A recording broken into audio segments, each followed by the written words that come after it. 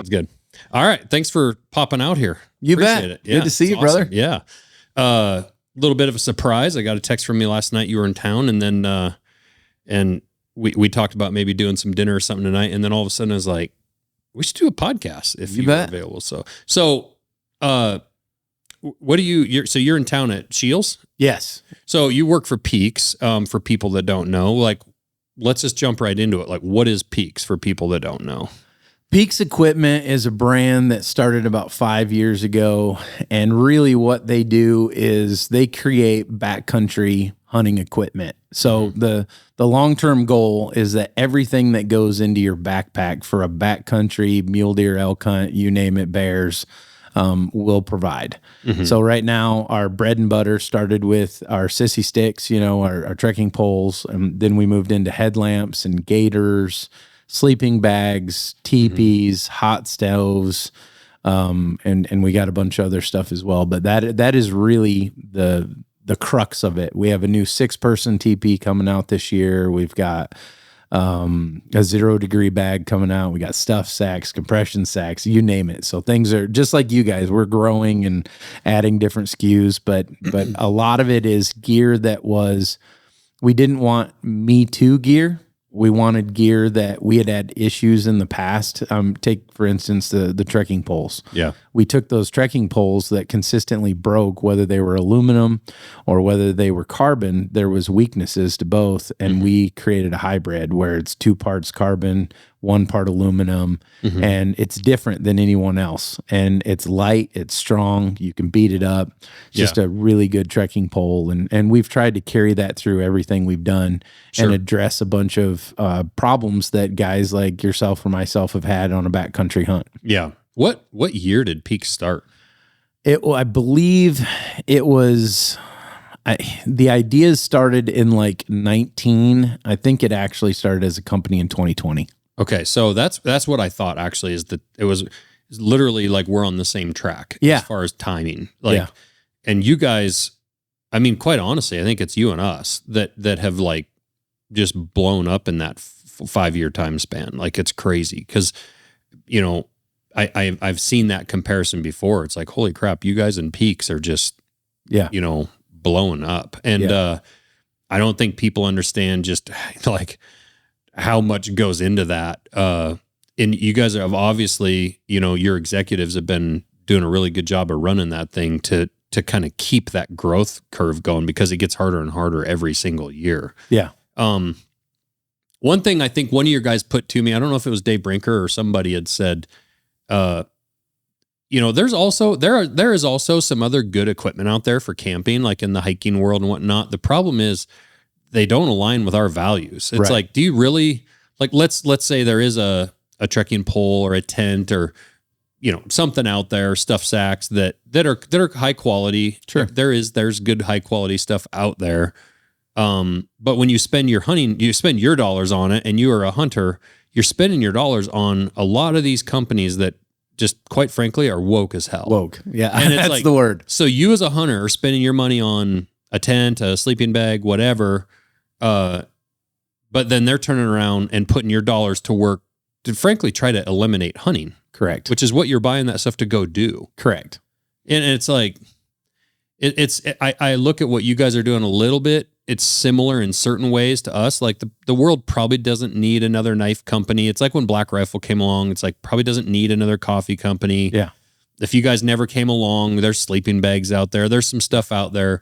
But I think people are buying, in our industry, people are buying your stuff because they also identify with the people who own and run the brand and work for it, like yourself. Like 100%. You guys actually live what you're selling for, where a lot of these other brands are just trying to basically scrape out some money out of the hunting industry to turn right around and talk shit about it. Right. That's 100% true.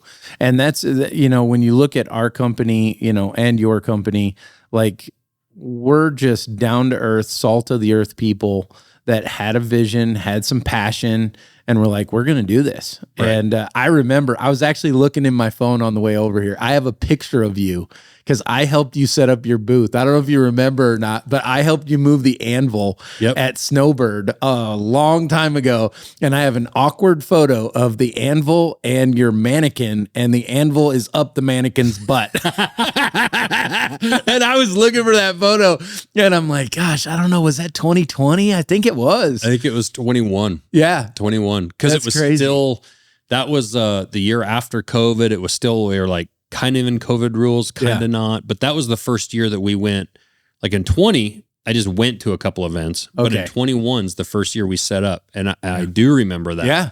Packing that heavy ass anvil. Oh gosh, I remember helping you move it around. I'm like, oh man, this is something. And you were trying to figure out what worked, you know, and you had a 10x10 booth and stuff, and you weren't very far from us. So I remember helping you move some stuff around, and I snapped a picture because it was hilarious. Yeah, and that was it feels like forever ago on some levels, and just yesterday on others. It's that's what I said too. I've like, some of this feels like we've been doing this forever, and in another sense, it's like yesterday. Yeah. It's just crazy. Yeah. You're going to write a book. You're going to write a book, brother. Yeah. I should have been keeping a diary this whole time, but it's definitely some book worthy stuff for sure. But I mean, it's the same with what you guys are doing right now. I mean, back then you were probably actually helping in a Sitka booth or yes, I was in a Sitka or Yeti booth for sure. Because I've gone to those shows for a long time, and that's actually how I met Bryce. Bryce Bishop's the founder of PEAX Equipment, and those relationships and connections we met, and we'd actually known each other for a while before I actually came aboard full time with PEAX. Yeah, and as far as like being a hunter and stuff, you're just some rich executive, right? Yeah, just right. running a brand like right. Yeah. I walked up to this place and I was like, I hear the CNC machines. I smell the coolant. I'm like, I feel at home here. I'm a CNC junkie. Yeah, and that's like what you were saying about us just being some good old guys, good old boys that kind of had a vision, and but we also live the thing that we say we do with hunting and the outdoors and stuff like that. But yeah, I mean, just up until recently, you were in the machining world, right? I was, yeah. I actually am a journeyman tool and die maker. That's what I did right out of high school. And do you want a job?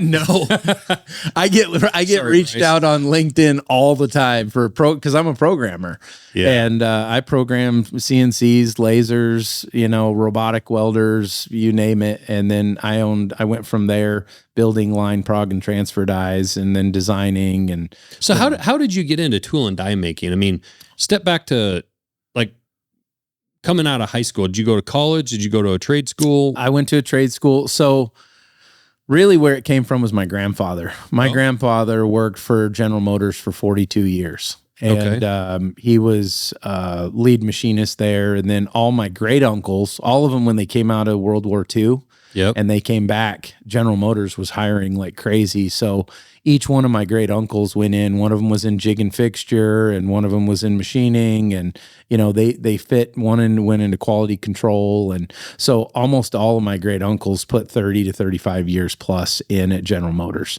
Okay. And so I saw that, and that was one thing. And then my high school sweetheart, her dad was a tool and die maker, and he was doing well for himself. And then I remember he took me to a couple shops, and everybody that I went and saw there had a brand new truck.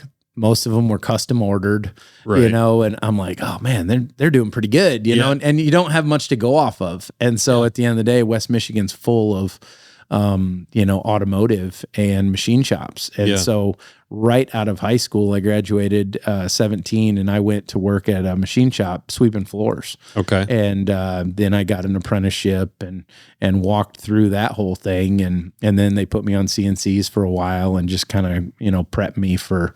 Well, you probably saw, you're at the age where you probably saw all these like massive changes in the machine industry. I mean, like when you went through your apprenticeship, you're probably still talking for the most part, like Bridgeport type machines. A lot of them were Bridgeport. There were also these machines, GNLs and Rambaudis. They were duplicators because they didn't even trust math data. They didn't trust a model. Okay. And so they would build a pattern And then kind of like a pantograph almost a little bit, like very you're similar, following a pattern. Yes, and then you'd take a probe and you'd follow the pattern and you'd create the shape over here, and it would duplicate it because there was two heads. One had the duplicator head, and the other one was actually the cutting tool. Okay. And so they wouldn't even trust it. That first shop I worked for didn't even trust math data. Really? Which is crazy to think of now. It's like that's the most accurate thing we've got. And yeah. So you went from that into just the beginning stages of CNC stuff. Yes. All the way through now to like full on robotics. I mean, 100%. Now you've got lights out machining, and you know, at the end of the day, with all these pallet changers, and that's what I did. I actually, during that process, you know, not only was I a tool maker, but then I went into CNC. Then I went into owning my own shop for 7 years, and then I got into sales. What did you, when you owned your own shop, what did you guys specialize in? We specialized a lot of what we did. So the Toyota Tundra plant is like 30 miles from where we're at. So we built a lot of stuff for the Tundra plant. A lot of it was material handling stuff. We actually built automated carts that would run throughout the plant, unmanned with a battery. And they would actually, you know, they would stamp out certain parts, and this cart had a place for every, you know, ISO 9001, right? Yeah. Or AS 9100. And so you would take and put these stampings in, and then it would run it from stamping over into assembly. Yep. Or over into resistance welding, and they'd get welded together, and then they would be B pillars and all kinds of different stuff. And so we did a lot of that. We also supported Lear Seating in Mexico. We made a lot of support parts for them, and Takata that specialized in airbags. And then we ended up landing a DOD contract for a rough terrain forklift, and we had 50 some parts on that rough terrain forklift. It was a 5-year DOD contract. Wow. Yeah. So that kind of set us in, that allowed us to grow and build and buy more machines and get live tooling lathes and, you know, really take our process and go, okay, we're making this much, but if we could add live tooling, if we could add lights out, if we could do this, then we could increase our profit margins. The same stuff you guys are dealing with here. Like, all right, how do we be more efficient? Yep. And it's crazy. You talk about like those automated carts. We were just having a discussion, my machinists and my engineers and I, just the other night. You know, we're building this new facility, and there's just so much more to manufacturing than meets the eye. You know, people think about making the part, but it's like, well, how do you get the parts from station to station, right? Like, how do you remove, like we're going to be bringing mass finish in.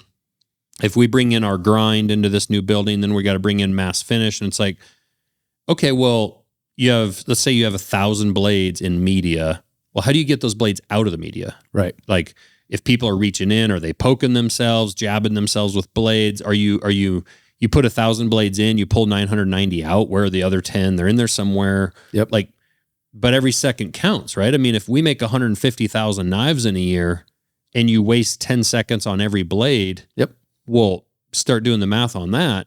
That's a human. And that's maybe 2 humans, right? Yeah. Like, I mean, and that's just one step. Yeah. You waste 10 seconds, 30 seconds here and there on 6 steps. Yep.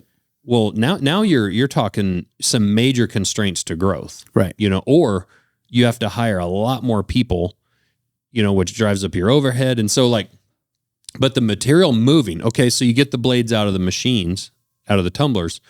Well, how do you organize those blades? And let's say they're nicely finished. Well, you can't just wad them together and throw them in a bucket, right? You have to treat each and every one like they're an egg. Yeah. And then you have to move them from here to over to assembly and store them. Right. You know, and so, but we're in this weird scale spot where we're not Amazon. We're not building full on conveyor belt systems. Right. You know, and we're not in the spot even where like Toyota's, you know, got robot carts moving around.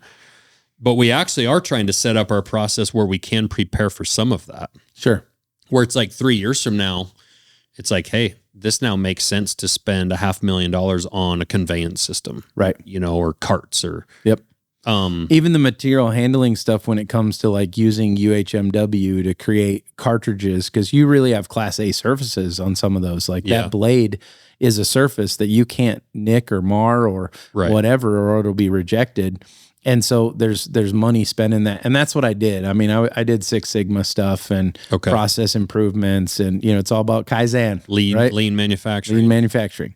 Yeah. And that was my life for the better part of 20 some years. Yeah. See, that's all stuff that we're trying to, some of us understand it a bit. We're trying to teach some of the younger people downstairs on it, and then figure out what we can implement, you know, and what we can afford to automate. And yeah, it's a serious challenge for sure. And it's, we already lose more blades than I care to say, to like just mishandling. Yep. Right. It's like, oh, this blade gets kicked out for a scratch. Well, wait, it didn't have that scratch coming out of the process, but then all of a sudden at the end of the, say, assembly and sharpening, like all of a sudden it has a scratch, right? And it's like, well, we just lost a $300 knife.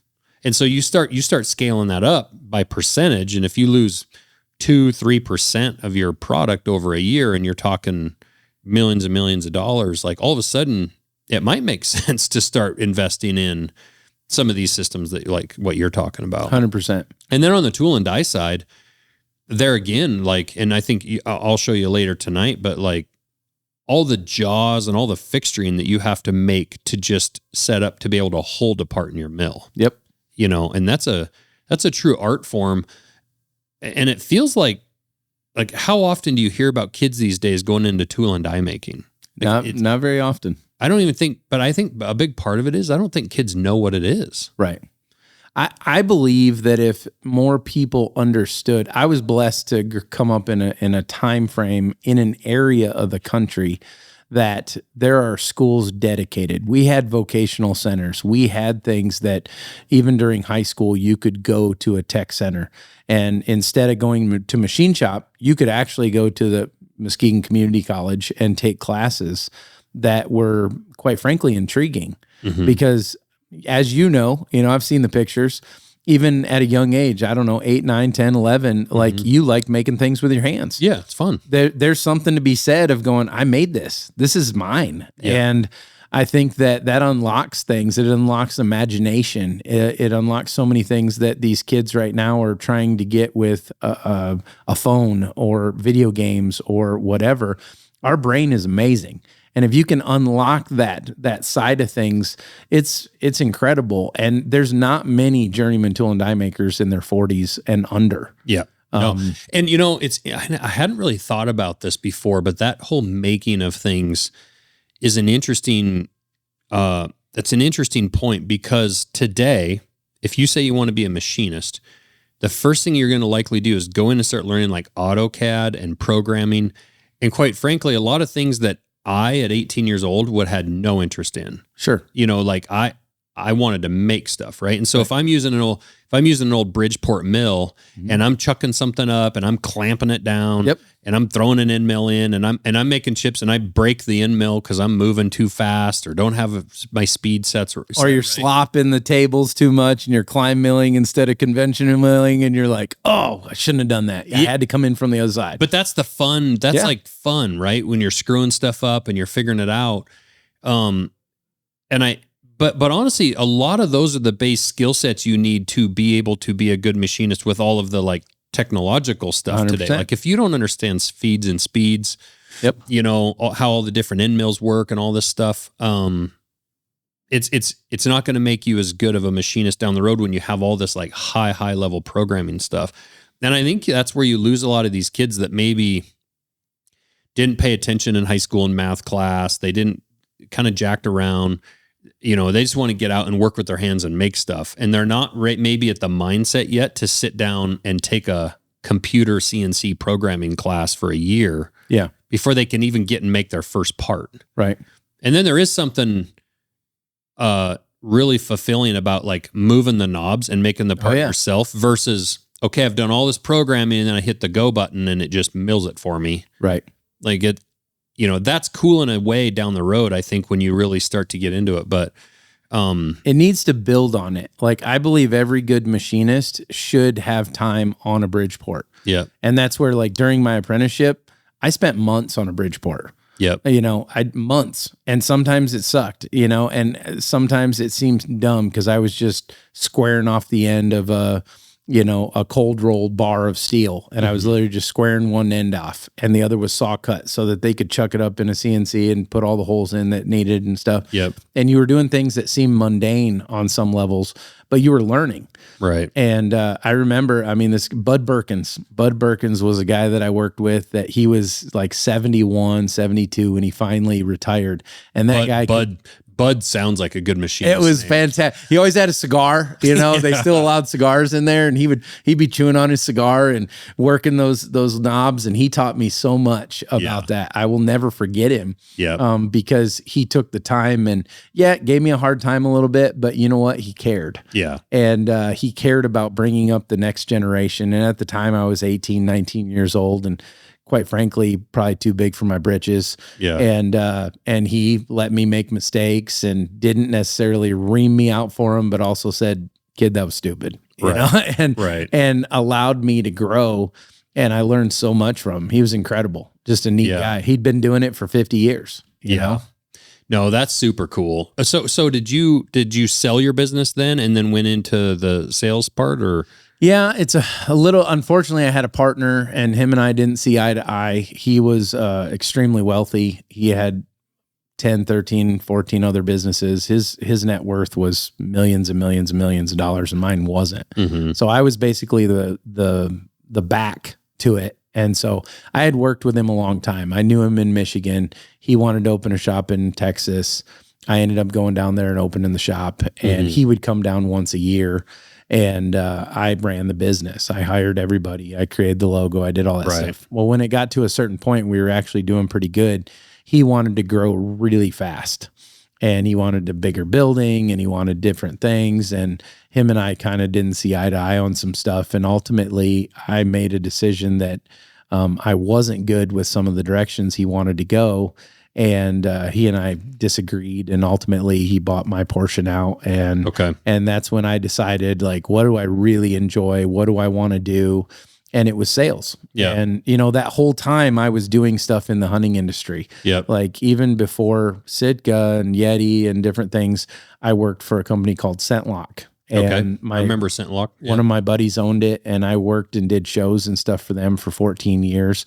I also, right out of high school, had a part-time job as a bow tech. So I was a bow tech for 3 years, working on bows. And then ultimately ScentLock put a bow shop in my basement, and I did all the bow work for everybody at ScentLock for 10 years. Probably. Oh, really? Mm-hmm. I'll be darned. Yeah. Yeah. I was going to ask you how that outdoor world all tied in, but when you sold your part of the business and you went into sales, is that just because you like the people aspect of it? I did. Yeah. That's what I got. So as an owner, you're a salesman, right? Mm-hmm. Like you're selling, you're trying to figure out, obviously you and Brandon, you do a lot of different things. He's got a great marketing mind, and that's his background, but ultimately you're trying to figure out how to sell your product. And it's always on your mind. How do we move the needle? How do we actually convert this idea into the bottom line?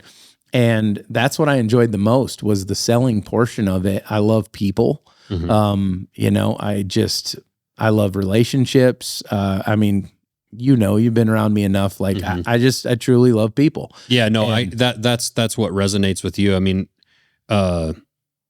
it doesn't matter in the hunting industry. It doesn't seem to matter like what booth you're in. You come in there and people are just drawn to you. And you can tell you just genuinely love being there. I do. And just I enjoy being around the people. And Sean DeGray's been huge for me, because I actually met him through my affiliations with Prime, and I actually worked the very first TAC in Texas for Prime.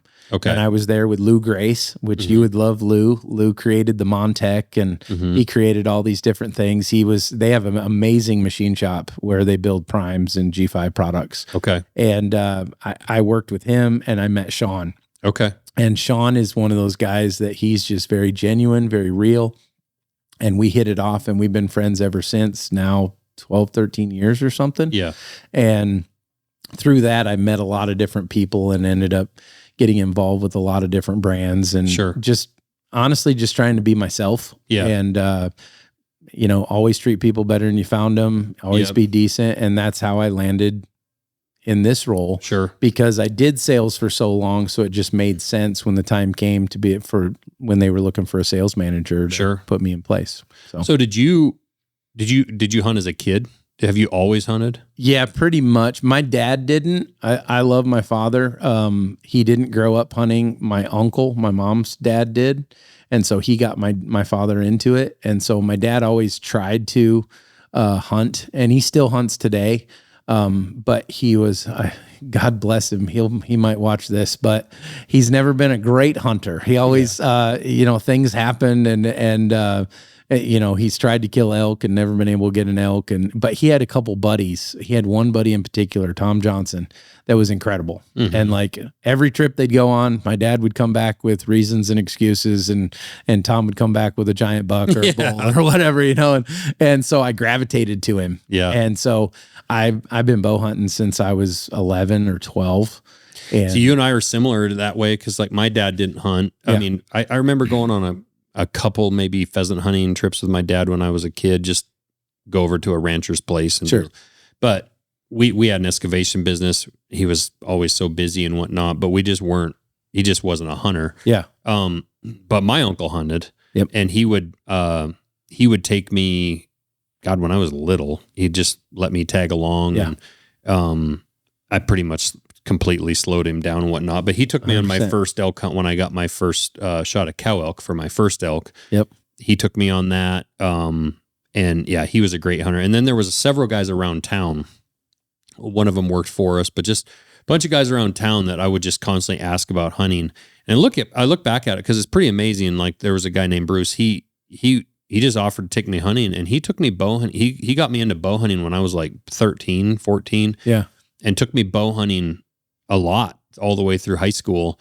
And he was just a guy in town, but just be like, well, I'll be at your house at 6 o'clock and pick you up, and take me up, taught me how to elk hunt, taught me how to, call elk and about the wind and all that stuff. But I always say, like, when people hear that, if you're a hunter, if you're around your kids' friends or whatever, and you have a little boy or girl, asking you 100 questions about hunting, like, you have no idea the impact that you can make if maybe you take that kid hunting with your kid and you start teaching them how to hunt and whatnot, and you might set that kid off on a path that, well, I mean, look at your life, right? If 100%. Some of those people might not have invested that time in you and you never got into hunting for real, like you wouldn't be sitting here with this job today and with all the friends you have in this industry. I'm the same way. 100%. I mean, the guy that taught me to make knives, right? Little League baseball coach. My dad is an amazing guy, and he taught me all I could ever know about running equipment, and a lot of the work I've done on my properties and all this stuff's all because of the lessons I learned from my dad. But that's a whole different skill set. Right. Right. But these other skill sets came from a Little League baseball coach and some guys in town. Yep. And it shows you the impact you can have as a mentor on a kid. And that's why it's so important to be present. Mm-hmm. Right. I think a lot of times in this world, especially if we're not careful, that phone in our pocket keeps us from being present. And when that happens, you have to recognize that and then water it. Right. Like, because he's hungry. Yeah. That's good soil. There's a seed there. Just water it, and nurture it a little bit. And you don't know. It's so much better for them to be chasing adventures in that way versus chasing adventures in video games or in town doing things that they probably shouldn't, right? And different things. It's hard to get in trouble when you go up the ridge, up the mountain, and work your butt off to try and see a bear or whatever versus this. And, that kind of ties into, we have a need inside of us to live an adventure. Right. And, and that can be fulfilled. So I feel the exact same way. And I'm super thankful. I mean, even, Jared Lyle. Do I? Jared Lyle is who Jess worked for. Jared Jared. Yeah. Yep. And so I was a guy that got passionate about whitetails and had never done an out-of-state hunt. And then Tom, the guy I talked to earlier, talked me into going out west to chase whitetails in Kansas. Okay. Started knocking down Boone and Crockett bucks on public land in Kansas. And I knew Jared because I was doing things with the company he worked for at the time, Dan Evans at Trophy Taker. Yep. And he's like, Jeff, you really should think about going elk hunting. Mm-hmm. And I'm like, man, that just seems so far away. He's like, no, it's not. And he kind of walked me through a few things. And I went on my first elk hunt 20 years ago, and I've hardly missed a season since. And it was because of Jared. Yeah. And Jared and Dan, they fielded so many phone calls for me. Cool. And because I'm just a Michigan boy. Yeah, and Dan Evans lives up just an hour and a half from here. In Plains. Option archery, yeah. He's a great guy. Yeah. He's been a huge impact in my life and just a wonderful guy, and has always taken time, to listen and walk through. And many of my big bulls that I've killed over the years has been because of Dan and Jared. That's cool. Yeah. I think it's funny when you say out west and then you say Kansas. Yeah. Because that's a long ways east to here. Yeah, that's like 12 hours west. That was like amazing, Yeah.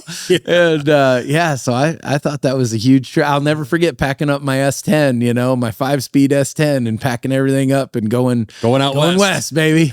Yeah. To Kansas. Yeah, to Kansas. Yeah, it cracks me up. You mentioned that about hunting those bucks out on public land. That's part of why I'm so up in arms right now about this public land stuff that's going on with this big, beautiful bill bullshit that's happening. Yep. I really give like Cam credit. Cam came out on his page and kind of blasted him, highlighted the president there and was like, hey man, like this, the public land thing, I think so many people, even back east, don't really understand, or in a lot of states, like, well, you live in a state in Texas that has 100%. Pretty much no public, very little, right? Yep. Well, if you're a little Jeff Helm, and you want to go out and your parents don't have any money, that you're a machinist and they're getting by, and your dad's not a hunter, he's not going to buy you a whitetail hunt on a ranch in Texas. Nope. And so, unless you get lucky to find some guy that's got a piece of property that's going to let this kid come out and shoot a buck,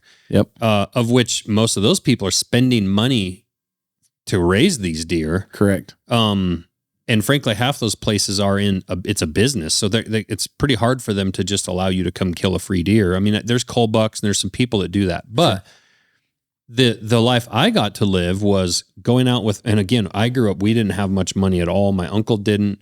We hunted all public land. Yep. My uncle was able to pack me out and I shot my cow elk on public land. Yep.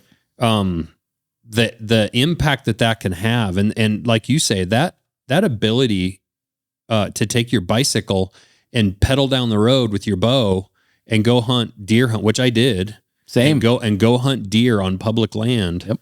The whole river bottom, all that stuff that I used to hunt was all public land. And if we give that up, I actually texted our senators about this yesterday, and I was texting back and forth with them, and there's some arguments on the other side for a couple little small pieces of it, but they're very, very small cases that I think could be handled case by case. Yep. But one of the comments was, well, some of these states, are owned, the 80% public land. And the example given to me was Alaska. I think Nevada and Utah also have like a lot of public land. And the argument was, well, it stifles home development. It makes housing expensive, blah, blah, blah, blah, right? All these reasons because there's so much public land. And my argument is, yeah, that's why they're special. Like 100%. It's not California. It's not a development. It's not Texas where it's all chopped up into these little small places and then bigger ranches for the rich people. Like, yeah, it's special. And no, not everyone is going to be able to afford to live there or have a home. That just kind of is what it is. And that's okay. Yeah. They can move. Everything you see around my shop here, you just look in the mountains and spin a circle, and 90% of it is public land. And you can ride a 4-wheeler from any house in this valley and be elk hunting in 15 minutes. Yep. And if you sold that whole mountain range, you just cut off basically an entire area that all these kids could go and hunt for free. And they do. Like, my son leaves high school in the afternoon with his buddies and they go hunt public land. Yeah. And a lot of those guys have dads that don't hunt, don't own a knife company, and don't have connections. Sure. Well, and you mess with migrations, and there's so many different things that are also bad. And it's like you almost want to see someone like a Teddy Roosevelt that was so passionate about public land and national parks and, different things. Like, there's a reason why our forefathers had the foresight to go, we have to get this land and protect it so that we can use it for years to come, or else we are going to, for the sake of progress and for development, we're going to get rid of all this. And we've already lost so much in different places. There's all kinds of places that I can look back and go, man, I shot a buck there, and now that's somebody's petunias. Yeah. Same. and you're like, dang it, you don't like to see it. Yeah, it's something that, like, I was actually just touring, I took a friend of ours to the Boone and Crockett Club here in Missoula.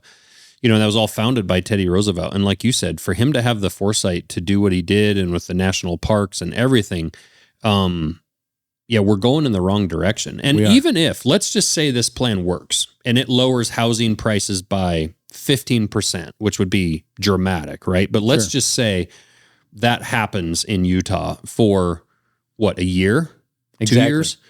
If, and frankly, it won't, but even if it did lower it, I'm giving them the benefit of the doubt. But even if that happened, it's going to be a very temporary fix for a permanent drawback forever. Like no redos. And there are arguments for sure that our federal government could do a better job of managing the federal land they have. Like, I get that, but the answer isn't, well, let's just get rid of it. No, it's like, fix the problem. Right.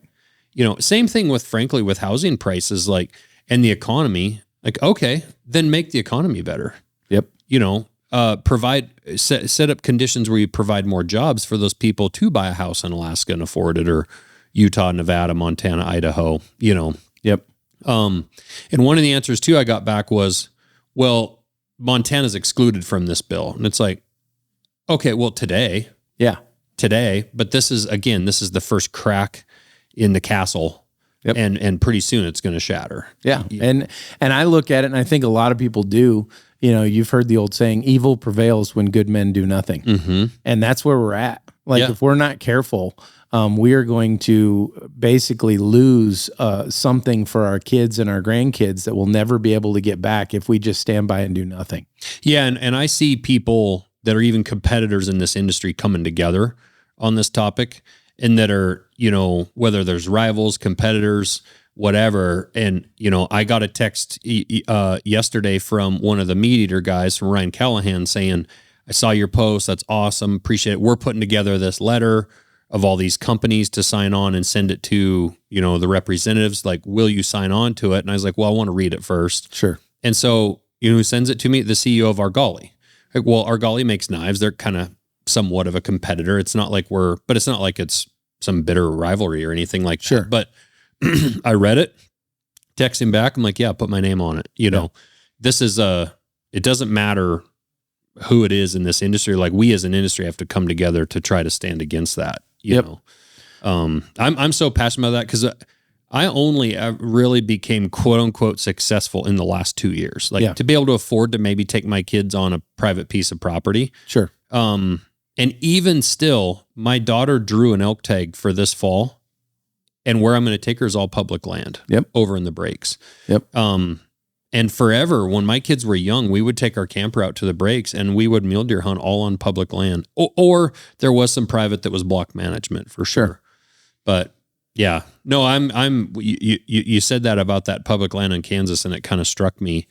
Well, I'm 100% with you. I mean, I've killed 20 some bulls with my bow or whatever, and 90% of those have been on public land. Yeah. I've been lucky to do some guiding and get some permission. And I had a buddy let me hunt one time, but the majority of my elk hunting is on public. And it's getting harder to get tags. It's going to be even worse if we get rid of land and we have less area to hunt. And, at the end of the day, most of those animals require a lot of land.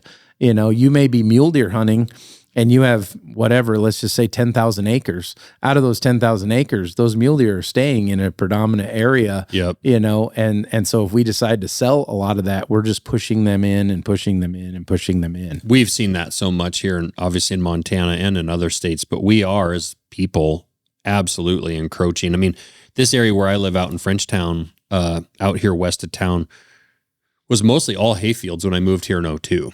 And it's been all developed up, and there was white-tailed deer all over it. And they're being shoved into these tinier and tinier spots. And we are seeing the quality of bucks. Like, when I grew up, the bucks that we had in our yard up in Lincoln it was phenomenal. Like, there were like legit big deer and a lot of deer. And that is like not the case anymore. My folks might see I'd say they see one or two good deer a year. Yeah. And I wouldn't call them big. Yeah. It's different. Like, it is. We've definitely encroached on their areas. And that's what, like, you see what Rocky Mountain Elk Foundation's doing, what Sheep Foundation, Goat Alliance, like we need more of that. And it would be nice if our government was talking about like, how do we secure and tie up more land and manage it responsibly, maybe still let ranchers run some cattle on it, Sure. and not just completely take it off the landscape. Win-win. Yeah. Right? Win-win. There's ways to do it. To ensure that kids can actually shut the video games off and go somewhere safe and have a good time. 100%. Yeah. So back with PEAX. Mm-hmm. What do you guys have? Do you have some new products right now that are just coming out? And also with this Shields thing, is this a new thing? Are we going to start seeing PEAX products kind of all over the country? What's that looking like? We've kind of held it in. We're a direct to consumer brand. We do a lot. I would say 60 to 70% of our business is direct to consumer, and we still plan on keeping that. But we also have a growing wholesale side. Mm-hmm. Shields came aboard. I guess it was the end of last year. I think we put the first display up in October in Meridian and had a couple test stores. And now we have our full lineup. The goal is to have it in about 11 stores, but you'll be able to buy PEAX equipment anywhere within Shields. All the stores will carry like headlamps, potentially trekking poles. But the full lineup is going to kind of be in the Western states for the most part. What a great store. Oh, they're fantastic Shields people to work with. I mean, we rooted forever to get a Shields here in Missoula, and it's not even as big as the one I wanted. The one in Billings is a monster. Oh, it's beautiful. Got a freaking Ferris wheel. Yeah, I know. They're good, and they're good people. Like that's what I've heard. They promote within.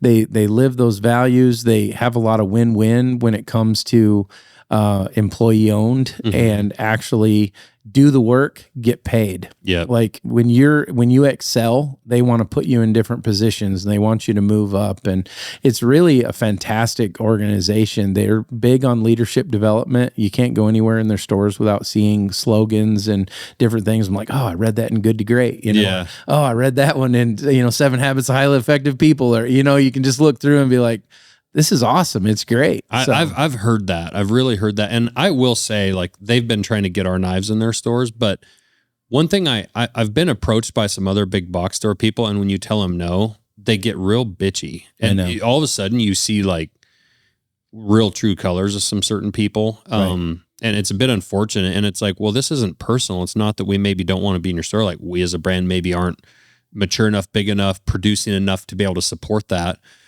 Every time I've told Shields no, they've been just fantastic about respectful, it. Right? And right? they'll call back next quarter or 6 months from now. They'll stop in at a hunting show and be like, hey, we still want you guys. And they're all just always very respectful and understanding. Right. And it makes you want to be like, hey, when we get to a certain place, the first person I'm calling exactly is those guys. And we did the same, like that. We told them no, because we've forever, we just had a couple dealers. And then we opened it up to a few more, and we're still holding it really tight to our chest. But we felt like Shields was the right fit, And I think part of it is everyone that you deal with there, all of their top end guys and gals that are there, you can ask them. And like the gentleman I'm working with now, Chase, I'll be like, hey, where'd you start? And it's like a 19-year story, and he started at the bottom of the barrel. He's run cash registers and, clean toilets and whatever, and worked his way all the way up. And he was in sales, and then he was a camp lead, and then he was this, or he was a bow tech. And, they do a lot to invest in their people. And most of them have been moved around in the store. They understand the whole store, the whole environment. They work together as a team. And I did a lot with the other box stores, because I did a lot of events back in the day when, Cabela's and Bass Pro were opening and so on and so forth. Much different environment. Really? And just, nothing against those guys. Johnny Morris is obviously a good businessman.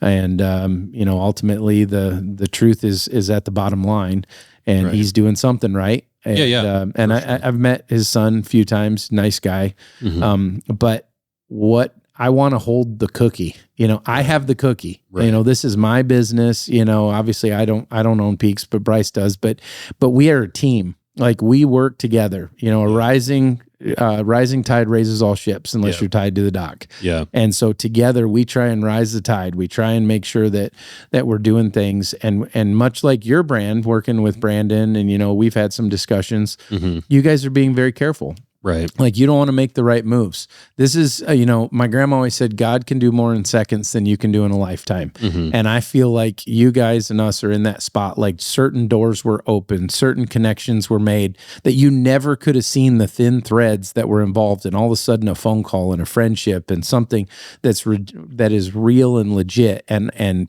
boom, it's just a force amplifier. Right. You hit the power band and you're like, Yeah. what is going on here? Yeah. Like, this is crazy. And so we want to hold on to that, and so we're going to be very careful not to grow too fast. Right. And we want to not run out of products. We want to make sure we're always providing quality, and we're not getting rid of that. We do have a bunch of new products coming back out, going back to what you said. We have a 6-man teepee that's coming out, which is just a variation of our 4. It's a little bit different design, but built on the same premise.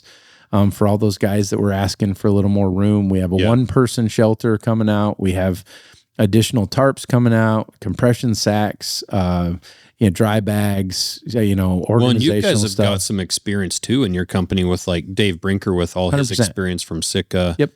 Like you've got some people that have been there and done it before. Right. 100%. We have a great group of people. Corey Pearsall's on board. He was with Sitka for a long time. He does a great job for us, super hard worker. Bryce is a very intelligent guy, but he's very genuine. Like, if he says something, he's going to do it. You can take it to the bank. Right. His word is his worth. And I really appreciate that about him. Yeah. And, we just do good things together because he doesn't just, if you say something, he doesn't just blow it off. He's actually present. And he's like, okay, let's think about this. Like, this is where it's at. Okay, we can do this. And so he's constantly working on new stuff. We have a 0-degree bag coming out. We have a bigger stove coming out. We have a lot of different items that are on the roadmap for the next year or 2. You guys must have pretty good sized product development team, engineers and all that stuff. Cause I mean, I know for us, I don't know how many engineers we have now, 4 or something like that, but it takes a lot to get a product up and off the ground. It does. It does. There's a lot involved in it. And we have some great people involved. Jesse does a good job of keeping everything together. And he came from another big brand in that space. And did a lot with Big Agnes over the years and stuff. And he's just been awesome. Good dude. And the other thing I think that's worked well and resonated for you guys, much like us, is you actually go and show up at these events. And I think that human connection piece is really, really important, whether it's connecting around with other people in the industry or connecting with your actual customers. But, when I go to TAX and I go to Western Hunt Expo and all these different places, like we see you guys there. We came over to your guys' house. You guys had a bit of a get-together party down in Utah, and it's like, there's quite a little snowstorm, actually. It was. My Uber driver was not impressed because you guys were up on this mountain. Yeah, we were. And we left the valley. It was raining. Yeah. And by the time we got up there, he was not a happy camper. I think we got 4 to 6 that night. It was a good, heavy, wet. Yeah. Yeah. And then coming down that hill, it wasn't that big of a deal, but he was sure paranoid about it. But by the time we got to the bottom, it was rain, thankfully. But but no, it's just connecting with the industry. And I think those things those are hard to measure. Like, we talk about this all the time, like that community piece.